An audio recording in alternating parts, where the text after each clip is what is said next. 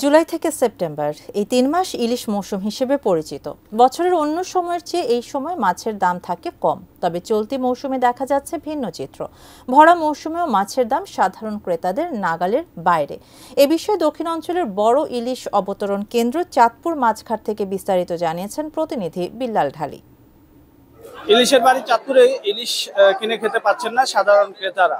তাদের অভিযোগ ইলিশ সিন্ডিকেটের কাছে জিম্মি, যার কারণে নিত্যদিন বৃদ্ধি পাচ্ছে এই ইলিশের দাম। যদিও আমি ব্যবসায়ীদের সাথে কথা বলেছি, তারা আমাকে জানিয়েছেন এখানে ইলিশের কোনো সিন্ডিকেট নেই।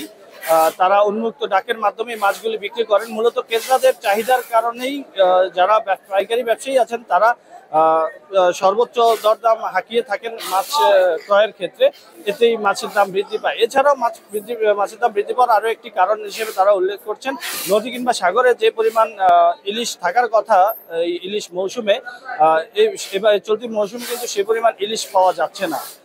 এর সাথে যোগ হয়েছে সামনে সনাতন ধর্মাবলম্বীদের দুর্গাপূজা আসছে। সে পূজার কারণেও কিন্তু মাছের বাড়তি চাহিদা তৈরি হয়েছে বাজারে, যার কারণে মাছের তুলনায় ক্রেতা বেশি হওয়াতেই তারা বলছেন যে এই মাছের বাজারের ঊর্ধ্বগতি। এই ছিল চাঁদপুর মাছঘাট থেকে আমার কাছে সর্বশেষ।